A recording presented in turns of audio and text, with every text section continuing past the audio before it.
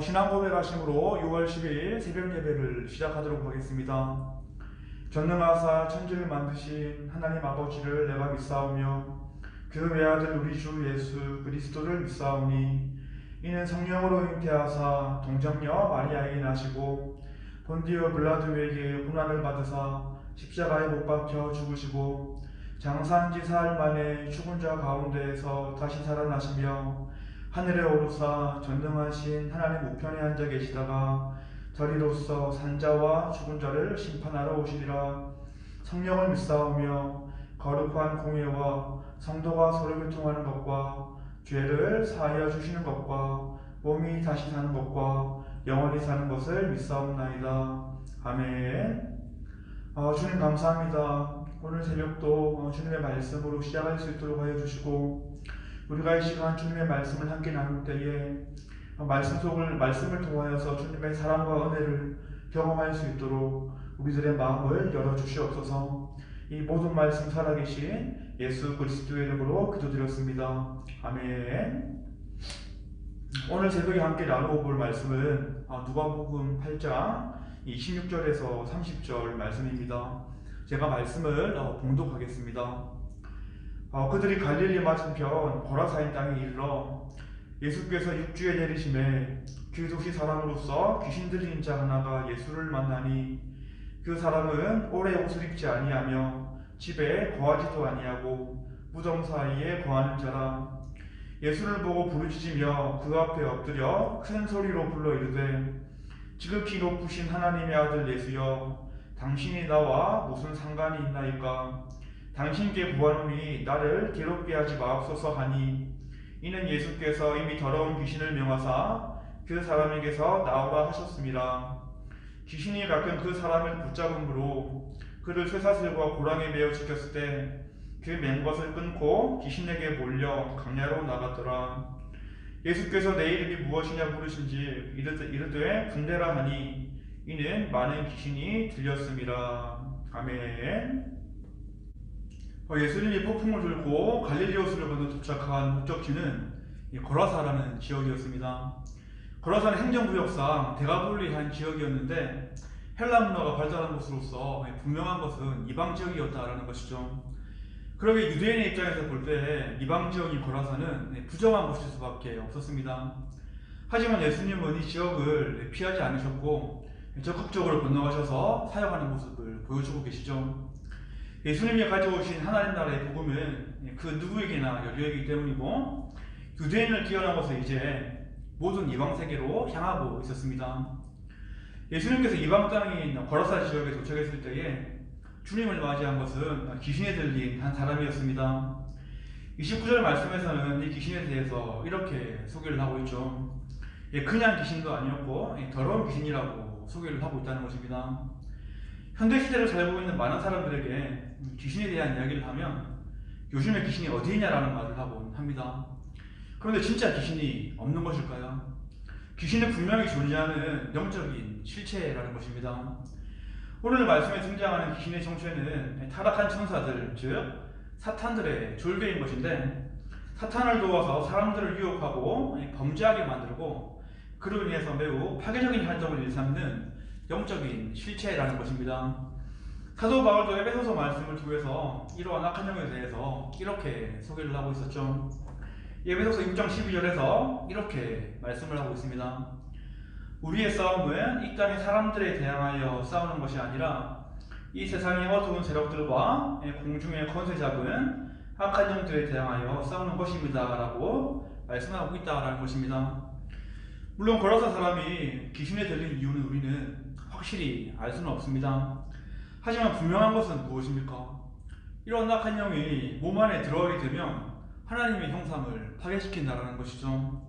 사람이 사람다운 모습을 가지고 살지 못하도록 계속해서 방해한다라는 것입니다. 얼마 전에 한국에서는 텔레그램 N번방이라는 사건이 터진 적이 있습니다. 여성들을 협박해서 성착취 동영상을 받아내고 돈을 벌어들인 아주 추악한 사건이었죠. 사건의 추모자인 조주빈 씨가 검거당한 후에 이러한 말을 한 적이 있습니다. 악마의 삶을 멈추게 해주셔서 감사합니다라는 말을 했다라는 것이죠. 자신 스스로 악한영에 사로잡혀서 사람답지 못한 모습이 있다는 것을 인정하는 말이기도 했습니다. 예수님께서 그 고라사에서 만난 귀신 들린 사람도 이와 비슷한 모습을 가지고 있었다라는 것이죠. 27절에서 그 모습에 대해서 자세히 묘사해 놓았는데 제가 한번 읽어보겠습니다. 예수께서 육주에 내리심에 그 도시 사람으로서 귀신 들린 자 하나가 예수를 만나니 그 사람은 오래 옷을 입지 아니하며 집에 거하지도 아니하고 무덤 사이에 거하는 자라. 예수님이 만난 광인은 오랫동안 옷을 입지 않은 상태였고 이 집에 거하지도 않았으며 무덤 사이에 살고 있는 모습을 보여주었습니다. 우리가 살고 있는 이 시대에도 노골적으로 귀신이 들린 것은 아니지만 많은 사람들이 악한 영의 영향 아래서 살아가는 모습을 보여주고 있죠. 마치 걸어서 강인과 같은 비슷한 모습들을 많은 사람들이 보여주고 있다는 것입니다. 사람들은 옷을 입지 않아도 전혀 부끄러움을 느끼지 못하고 있습니다. 개성이라는 명목하에 이 시대는 더욱더 노출을 즐기고 있다는 것이죠. 미디어 가치를 보면 또 어떠합니까? TV를 켰을 때 너무나도 보기 민망한 장면들이 계속해서 방영이 되고 있다는 것이죠. 거기에 대해서 음란물 산업 규모 또한 나날이 커지고 있는데 우리는 정말로 음란의 영이 득세하고 있는 시대를 살아가고 있다는 것입니다. 그리고 이 악한 영은 이 사람을 집을 떠나서 방황하게 만들었습니다. 이 모습을 우리는 가정을 파괴시키는 모습으로 바라볼 수가 있겠죠. 가족 간에 갈등을 유발시키고 부부 간에 불화를 싹트게 만들고 있습니다. 결국 가정의 해체를 가속화시켜서 사회 전체를 위기상황으로 몰아넣고 있다는 것입니다. 또한 이러한 악한 영은 죽음의 영향력이 지배하는 무덤 사이에 이 사람을 계속해서 머물게 하고 있었죠. 이 시대의 무덤 같은 곳이 바로 어디겠습니까? 일시적인 쾌락을 탐닉하게 하는 곳, 혼돈과 공허에 빠지게 하는 장소들, 사람으로서는 도저히 할 수 없는 일들을 당연하게 행하는 장소가 바로 죽음이 지배하는 무덤과 같은 장소일 것입니다. 이러한 모습이 바로 고라사 강인이 가지고 있었던 너무나도 비참한 모습이었다는 것이죠. 그런데 고라사 강인은 예수님을 보았을 때에 특이한 행동을 보여주었습니다. 부르짖기 시작했고 예수님 앞에 엎드려서 큰 소리로 외쳤습니다. 이 귀신 들린 사람이 외치는 소리가 바로 어떤 소리였습니까? 바로 이런 소리였죠. 지극히 높으신 아들 예수여, 당신이 나와 무슨 상관이 있나이까? 라는 말을 했다는 것입니다. 귀신은 예수님의 정체성에 대해서 정확하게 알고 있었습니다. 주님께서 자신을 멸하러 것도 알고 있었고 스스로 예수님의 거리에 도전할 수 없다는 것도 너무나도 잘 알고 있었습니다. 이 사실을 알고 있었기에 귀신은 부르짖었고 소리쳤고 자신을 괴롭히지 말라고 발악하는 모습을 보여주었다는 것이죠. 이러한 악한 영의 주님은 명령하십니다. 그 사람에게서 나오라. 그 사람을 더 이상 괴롭히지 마라. 네가 있을 곳은 그곳이 아니다라고 주님은 강하게 명령하십니다. 예수님이 이렇게 말씀으로 명령하셨을 때에 이 귀신은 어떻게 되었습니까? 아무런 힘을 쓰지 못하고 그 사람에게로부터 나올 수밖에 없었습니다. 그리고 돼지떼로 들어가서 몰수하는 모습을 보여주었죠. 이 귀신은 평범한 귀신이 아니라 더러운 귀신이었고 군대 병력 1000명 정도의 힘을 지닌 막강한 귀신이었습니다. 그래서 예수님이 정체를 물어보았을 때에도 자신을 레기온이라고도 소개를 하기도 했던 것이었죠.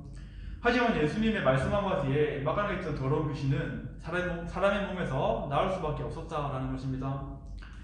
우리도 오늘 새벽에 고라사 강인의 말씀을 한번 곰곰이 묵상해보면서 예수님이 이 땅에 오신 이유를 한 가지 더 발견하게 됩니다. 고라사 강인은 죄와 사망에 매여 있었고 사탄에게 철저하게 매여서 조종당하고 있었습니다. 하나님의 형상이 철저히 파괴된 모습을 보여주었다는 것이죠. 하지만 예수님은 고립되어 소외된 채 짐승처럼 살아가던 고라사 강인을 구원하셨고 회복시켜 주셨던 것이었습니다. 우리도 예수님을 알기 전에는 어떠한 모습을 가지고 있었습니까? 우리도 하나님을 모른 채 악한 영에 부스려 살던 존재들이었습니다. 하나님의 형상이 파괴되어서 더러운 것들만 추구하고 살아있지만 죽은 것이나 다름없던 존재들이었죠. 그 모습은 진정한 생명을 주지 못하는 것만 찾아내는 그런 비참한 모습이었습니다. 그러한 우리에게 예수님은 찾아오셔서 진정한 영적인 해방을 허락해 주신 것이고 진정한 생명을 허락해 주신 것이었죠. 그래서 예수님 우리 곁으로 다가오신 것입니다.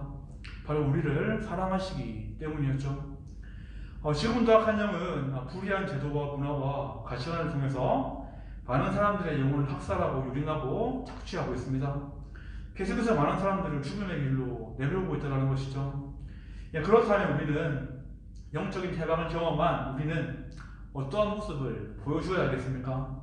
교회된 우리는 이 세상의 해방과 안식을 향한 주님의 새 창조 사역에 협력을 하는 모습을 보여주어야 할 것입니다. 그리고 그 전에 먼저 해야 할 일이 있는데, 내 삶의 일부분이 우리는 아직도 악한 영에게 지배를 당하고 있을 수 있습니다. 그렇기 때문에 예수 그리스도의 이름으로 악한 영을 몰아내는 우리가 그런 은혜를 구해야 할 것입니다. 오늘도 우리가 말씀을 한번 다시 묵상해 보면서 주님께서 주신 은혜를 구하는 모든 성도님들이 되기를 주님의 이름으로 축원하겠습니다. 기도하겠습니다.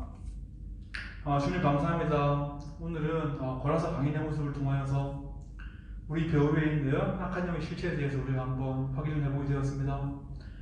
우리를 영적인 사망에서 구원하여 주시고 새로운 생명을 허락하여 주셔서 정말 주님을 알 수 있도록 해주시면 감사합니다. 먼저 해방을 경험한 자들로서 우리가 악한 영을 사로잡힌 자들을 위하여서 기도할 수 있도록 하여 주시옵시고, 전도하며 말씀을 전하며 정말 주님의 나라를 우리가 만들어 나갈 수 있는데 힘쓸 수 있도록 우리 마음을 주장하여 주시옵소서. 오늘 살아갈 때도 우리가 영적인 분별함을 허락하여 주심을 통하여서 주님을 의지할 수 있도록 하여 주시옵시고, 승리할 수 있는 삶을 살아갈 수 있도록 우리 가운데 함께하여 주시옵소서. 이 모든 말씀 살아계신 예수 그리스도의 이름으로 기도드렸습니다. 아멘. 주기도문 하심으로 예배를 마치도록 하겠습니다. 하늘에 계신 우리 아버지여, 이름이 거룩히 여김을 받으시오며 나라가 임하시오며 뜻이 하늘에서 이루어진 것 같이 땅에서도 이루어지이다. 오늘 우리에게 일용할 양식을 주시옵고, 우리가 우리에게 죄 지은 자를 사하여 준 것 같이 우리의 죄를 사하여 주옵시고, 우리를 시험에 들게 하지 마옵시고 다만 악에서 구하시옵소서. 대개 나라와 권세와 영광이 아버지께 영원히 있사옵나이다. 아멘.